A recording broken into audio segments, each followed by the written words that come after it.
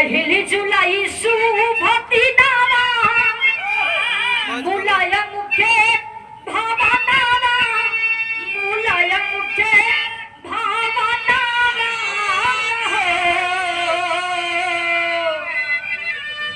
तो मोरे ललना खिचने तक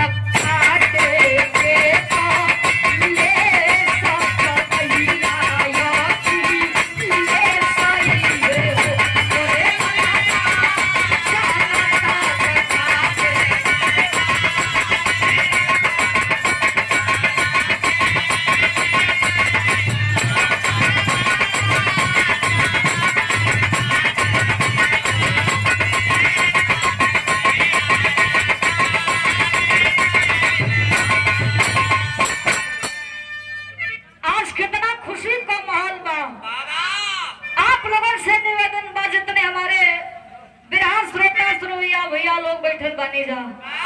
जितना यहाँ फीडिया के परिवार लोग बैठल बनी जा आप लोगों से निवेदन बाकी 27 में अब की बार सपा की सरकार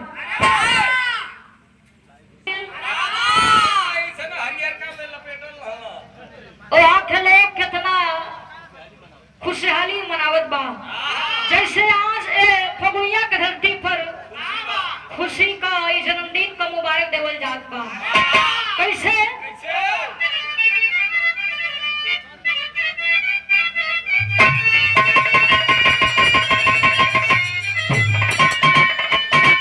और की खुशियां में बजेला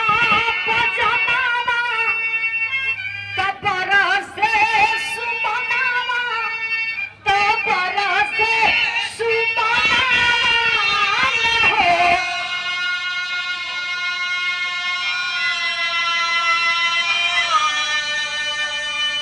अरे की खुशियां में बजेला बजनावा कबर से सुमनावा कबर से सुमनावा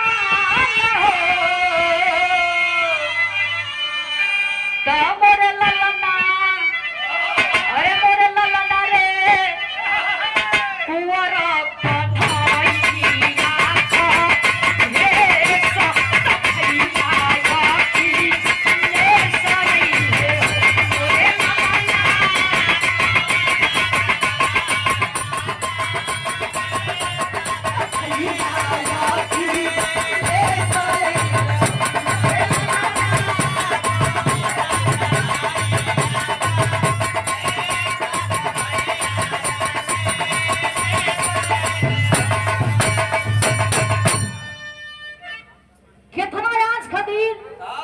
लोग खुशियां मनावत बा पूरा उत्तर प्रदेश में चर्चा बा पूरे भारत में एक फीडिया की ललकार है जन्मदिन का मुबारक देवल जात बा श्री अखिलेश यादव जी की आगे खिलाई में कोई नाम बता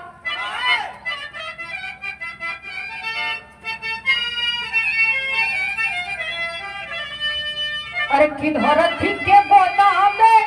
रतनामा मगनापा गगनामा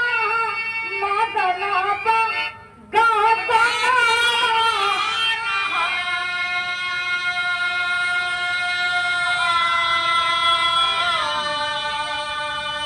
अरे किधर थी के गोदाम में रतनामा मगनापा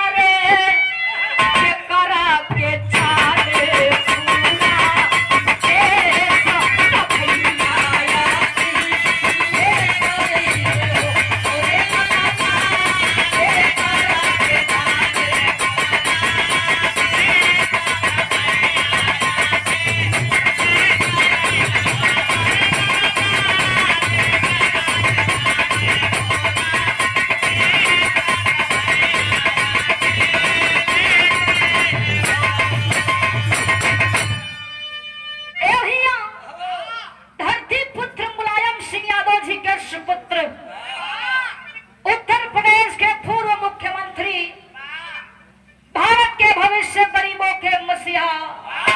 श्री अखिलेश यादव जी का जन्मदिन है। लेकिन देखा भैया पहले के जमाना से अब के जमाना से बड़ा अंतर हो गई। अरे भूखा गल पहले के जमाना में खा रहे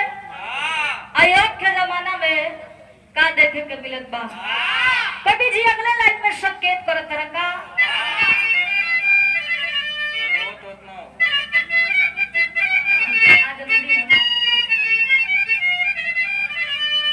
अरे ठिकी रखी के कावेला वो ताना सूरज और